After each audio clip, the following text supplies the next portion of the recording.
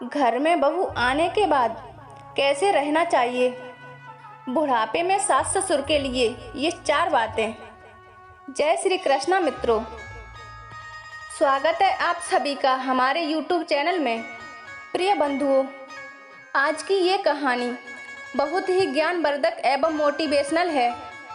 ये आपके बुढ़ापे में बहुत ही काम आने वाली है, जिसमें आप जानेंगे यदि आपके घर में पुत्र बहू आए तो उस समय उस घर में कैसे रहना चाहिए, ताकि आपके भी घर परिवार में किसी भी बात को लेकर अर्थात किसी भी समस्या को लेकर लड़ाई झगड़े ना हों। प्रिय दर्शकों, जिससे आपकी ढलती हुई उम्र में कष्ट हो या परेशानी हो। प्रिय दर्शक बंधुओं, यदि आप भी अपने बुढ़ापे में लड़ाई झगड़े से बचना चाहते हैं और अपना बुढ़ापा चैन के साथ गुजारना चाहते हैं, तो मित्रों आपसे निवेदन है, इस कहानी के लिए आप पूरा जरूर सुनना, जो आपके बुढ़ापे में बहुत ही अच्छी जानकारी देकर के जाएगी। प्रिय दर्शकों, वीडियो को शुरू करने से पहले मैं आप लोगों से निवेदन करना चाहूँगी, जो लोग नए मेहमान बंधु बनकर के हमारे चैनल पर नए जुड़े हैं, वो लोग हमारे चैनल को सब्सक्राइब अवश्य कर लें और हमारी वीडियो को लाइक करें और अच्छे कमेंट करें और बेल आइकन को भी ऑन कर दें, ताकि हर वीडियो का नोटिफिकेशन आप तक पहुंचे। तो चलते हैं कहानी की तरफ, आपका ज़्यादा समय नष्ट ना करते हुए इस कहानी पर ध्यान देते हैं। प्रिय बंधुओं, एक समय की बात है, किसी शहर में एक लड़का अपने माता पिता के साथ रहता था। उसके पिता का नाम राम सिंह था।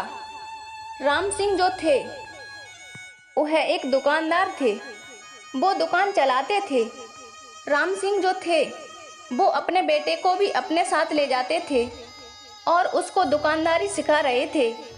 राम सिंह जो थे वो बहुत ही सीधे स्वभाव के सज्जन व्यक्ति थे और राम सिंह की जो पत्नी थी वो बहुत ही अकड़ी और चिड़चिड़ापन स्वभाव की थी।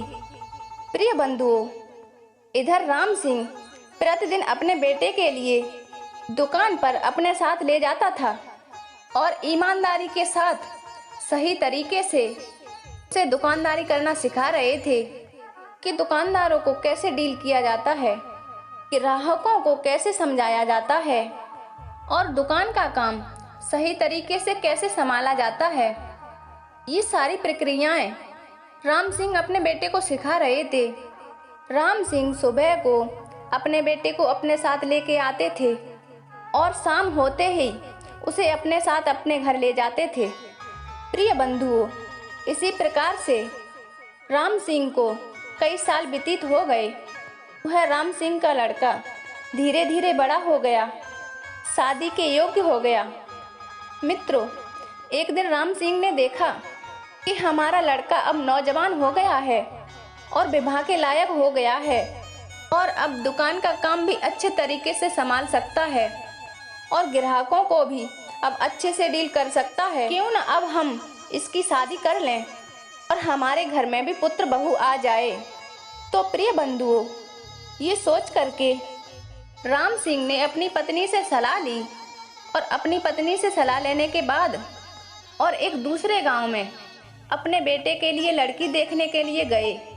वह लड़की बहुत सुंदर थी।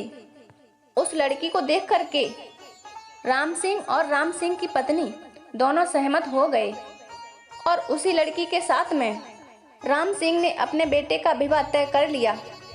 दोस्तों, तो फिर विवाह की तारीख भी निश्चित हो जाती है। तो दोस्तों, इधर राम सिंह अपने बेटे की विवाह की तैयारी कर रहे हैं और फिर राम सिंह ने अपनी पत्नी को पास में बिठाया और समझाया और कहा, हे देवी, हमारे घर में कुछ दिनों के बाद में पुत्र बहू आने वाली है, यानी कि तुम्हारी बहू आने वाली है।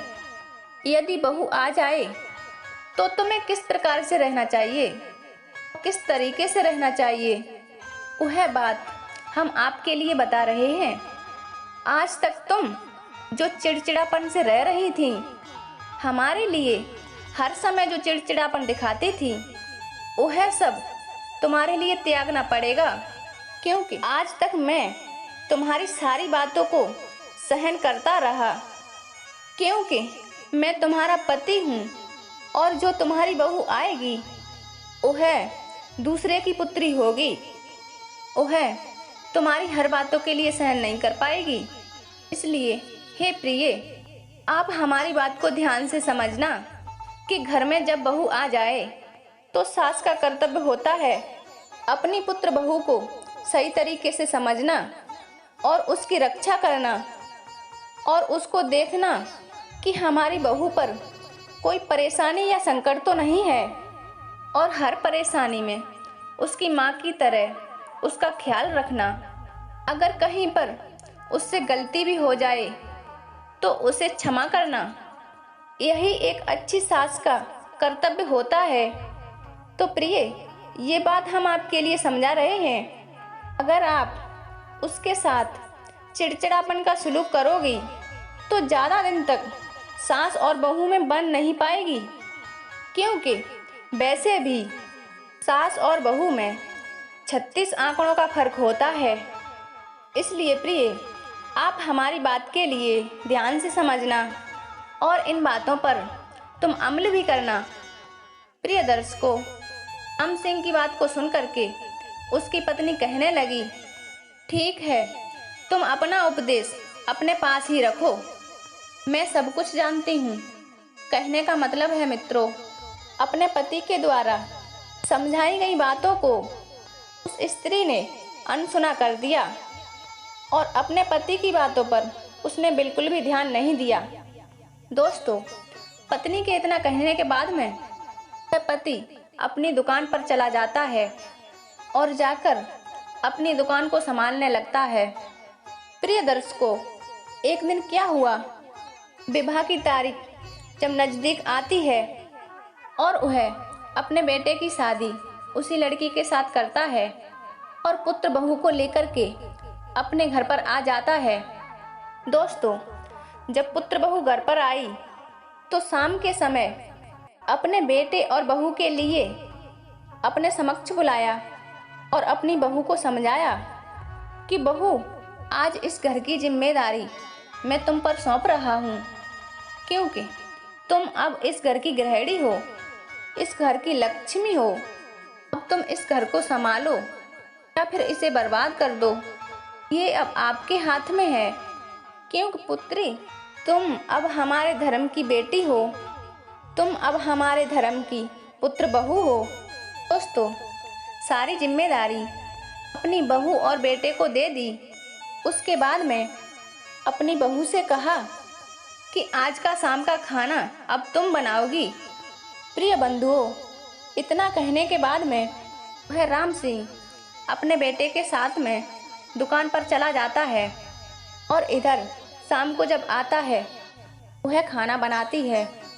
लेकिन दोस्तों, एक गलती बहू से बन गई, सब्जी में नमक ज़्यादा पड़ गया। फिर क्या हुआ, जब शाम के समय दुकान को बढ़ा करके बेटे के साथ में वह राम सिंह घर के लिए आता है, इधर बहू खाना परोसती है, राम सिंह और अपने पति के समक्ष खाना परोसती है। बेटे ने सोचा कि खाने को सबसे पहले हमारे पिताजी शुरू करें, उसके बाद में मैं भोजन करूंगा। और जैसे ही राम सिंह ने पहला निवाला लिया तो उसे सब्जी में नमक ज़्यादा लगा। लेकिन मित्रों, उस राम सिंह ने अपनी बहू से कुछ भी नहीं कहा और आदरपूर्वक भोजन को ग्रहण करने लगा। फिर प्रिय बंधुओं, उसके बाद में राम सिंह के बेटे ने खाना शुरू किया। जैसे ही उसने पहला निवाला अपने मुंह में लिया, उसे भी सब्जी में नमक तेज लगा। तब उसके बेटे को बहुत तेज से गुस्सा आया। तब वह कहने लगा कि देख रहे हो पिताजी, आज इसने कितना ज़्यादा नमक सब्जी में डाल दिया है, जो ये सब्जी खाने के लायक नहीं है। ये दर्शकों, राम सिंह अपने बेटे की इस प्रकार की बातों को सुन करके उसे समझाता है। हो सकता है उससे धोखे में नमक ज़्यादा पड़ गया हो, गलती तो सभी से हो जाती है, इस बात का हमें बुरा नहीं मानना चाहिए। और तुम भोजन कर लो।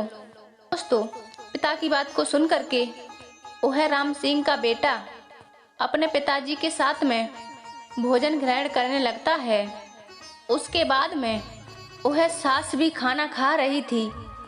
उसने भी खाना खाया और देखा सब्जी में नमक ज़्यादा है, लेकिन वहीं पर पति और बेटे में कुछ नहीं कहा। तो हमें भी नहीं कहना चाहिए। वो भी गुस्से में थी, लेकिन अपनी बहू से कुछ भी नहीं कहा। उसने भी चुपचाप से भोजन को ग्रहण कर लिया। प्रिय दर्शकों, इधर भोजन ग्रहण करने के बाद में अपने बेटे को लेकर के वह राम सिंह अपने बेटे को लेकर के घूमने के लिए बाहर निकल गया।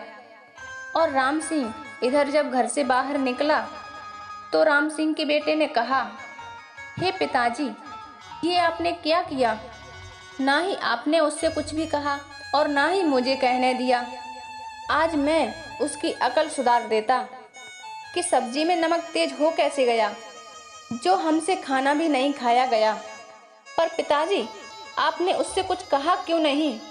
दोस्तों, राम सिंह अपने बेटे की इस प्रकार की बातों को सुन करके राम सिंह समझाता है, बेटा, मैंने इसलिए उससे कुछ नहीं कहा क्योंकि बेटा, तुम्हें नहीं मालूम, किसी का अपमान करना, किसी का तिरस्कार करना समाज में अच्छा नहीं होता है। अगर किसी का समाज में अपमान करोगे, तुम्हारा कोई खास इंसान क्यों ना हो, वह इस बात का बुरा अवश्य मान जाएगा और तुमसे दूर भागने लगेगा, तुमसे नफरत करने लगेगा।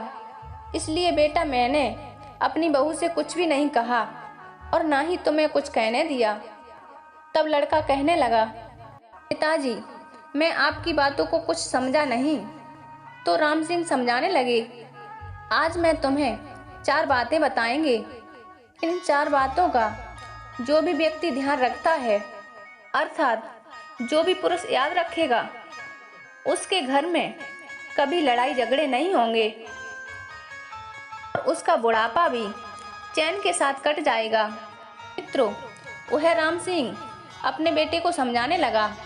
तो 4 बातें राम सिंह कहते हैं, बेटा, सर्वप्रथम पहली बात हमारी यह है कि पुरुष का असल में कर्तव्य क्या होता है। पुरुष का कर्तव्य होता है कि पत्नी को किसी के सामने डांटना नहीं चाहिए। बेटा, अगर पत्नी पे गलती हो जाए, क्योंकि गलती तो हर इंसान से होती है, कोई भी इंसान गलती जानबूझकर नहीं करता है। गलती इंसान से धोखे में ही होती है। जिस प्रकार से तुम्हारी पत्नी ने सब्जी में नमक जानबूझकर नहीं डाला होगा, उससे ये गलती धोखे में हुई होगी। वही बात मैं तुम्हारे लिए समझा रहा हूँ। अगर पत्नी से कोई भी गलती हो जाए तो सबके सामने उसे डांटना नहीं चाहिए। जो लोग अपनी पत्नियों को समाज के लोगों के सामने डांटते हैं या उससे बुरा भला कहते हैं, अपनी पत्नी का तिरस्कार करते हैं, उसका अपमान करते हैं, उसे गालियां भी देते हैं, मारने पीटने के लिए भी दौड़ते हैं, लेकिन वो पत्नी उस समय तो कुछ नहीं कहती और बाद में वह बहुत रोती है, क्योंकि उस अपमान का उसे बहुत ही बुरा लगता है। आखिर वह कह भी क्या सकती है, क्योंकि वह तुम्हारे घर में आई है, तुम्हारे पैरों से बंधी है। कुछ स्त्रियां ऐसी भी होती हैं जो लौटकर जवाब भी दे देती हैं, और वह जब जवाब देती हैं, ने कभी सोचा है पति का अपमान कितना बड़ा होता है। इसीलिए बेटे, कभी भी अपनी पत्नी का अपमान मत करना, कभी भी किसी के सामने मत डांटना। पत्नी का असल में ये कर्तव्य होता है अपने पत्नी को समाज के सामने, परिवार के सामने या अन्य लोगों के सामने अपमानित नहीं करना चाहिए। और दूसरी बात यह है, अपनी पत्नी को अकेले में समझाना चाहिए। बेटा, इस बात को आप जरूर ध्यान रखना, अगर तुम्हारी पत्नी से कोई भी गलती हो जाती है तो उसे सबके सामने नहीं बल्कि अकेले में समझाना चाहिए। जब तुम उसे अकेले में समझाओगे, तुम्हारी बातों का वह बिल्कुल भी बुरा नहीं मानेगी और अपनी गलती को भी स्वीकार करेगी। और तुमसे अधिक प्रेम भी करेगी। अगर आप सबके सामने डांटने लगेंगे तो आपके प्रति उसके मन में अलग तरीके के विचार आएंगे, अर्थात आपके प्रति उसका ख्याल कम हो जाएगा और नफरत भी करने लगेगी। हर व्यक्ति को अपनी इज्जत प्यारी होती है। अगर अपनी पत्नी के साथ में ऐसा व्यवहार किया तो वह आपसे दूर भागने लगेगी। इसका परिणाम जिंदगी भर दुख ही दुख होगा। और तीसरी बात बेटा यह है, पत्नी के दुख परेशानी में उसके साथ खड़े रहो, उसके साथ खड़े रहना और उसका साथ देना चाहिए।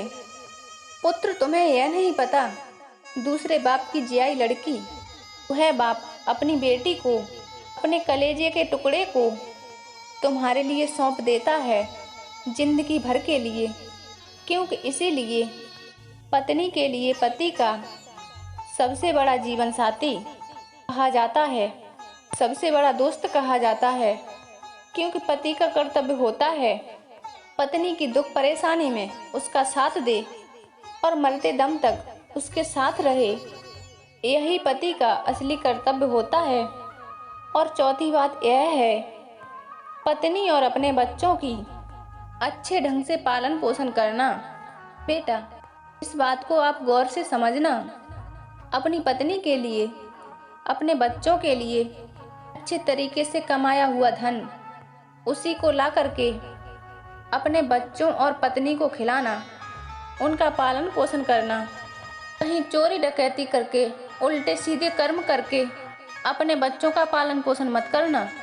अगर अच्छे तरीके से मेहनत से धन कमा करके यदि तुम लाओगे, उसी से अपने पत्नी और बच्चों का पालन पोषण करोगे तो तुम्हारे बच्चे भी सुरक्षित रहेंगे और तुम्हारे बच्चों की बुद्धि के अंदर अच्छा ही विकास होगा और तुम्हारी पत्नी भी तुमसे अच्छे तरीके से प्रेम करेगी। और यदि आप चोरी डकैती से धन कमा करके लाओगे और उस धन को बच्चे खर्च करेंगे तो समझो तो आपकी पत्नी और बच्चों की बुद्धि खराब हो जाएगी, जिससे आपके परिवार में हमेशा लड़ाई झगड़े बने रहेंगे, ज़्यादा से ज़्यादा गृह कलेश बना ही रहेगा और तुम्हारे ऊपर मुसीबत का पेड़ बनकर हमेशा लहराता रहेगा। तुम्हारी जिंदगी एक दिन नर्क बन जाएगी। तुम ये नहीं जान पाओगे कि सुख क्या होता है। तो बेटा हमने तुम्हें ये 4 बातें बताई हैं, इन बातों का तुम विशेष तरीके से ध्यान रखना और अपने जीवन में इन बातों के लिए एक अटूट महत्व देना। इन बातों को याद करके इन पर ही अमल रहना। जय श्री कृष्णा मित्रों, अगर आपको ये वीडियो पसंद आई हो तो कमेंट में हर हर महादेव जरूर लिखें।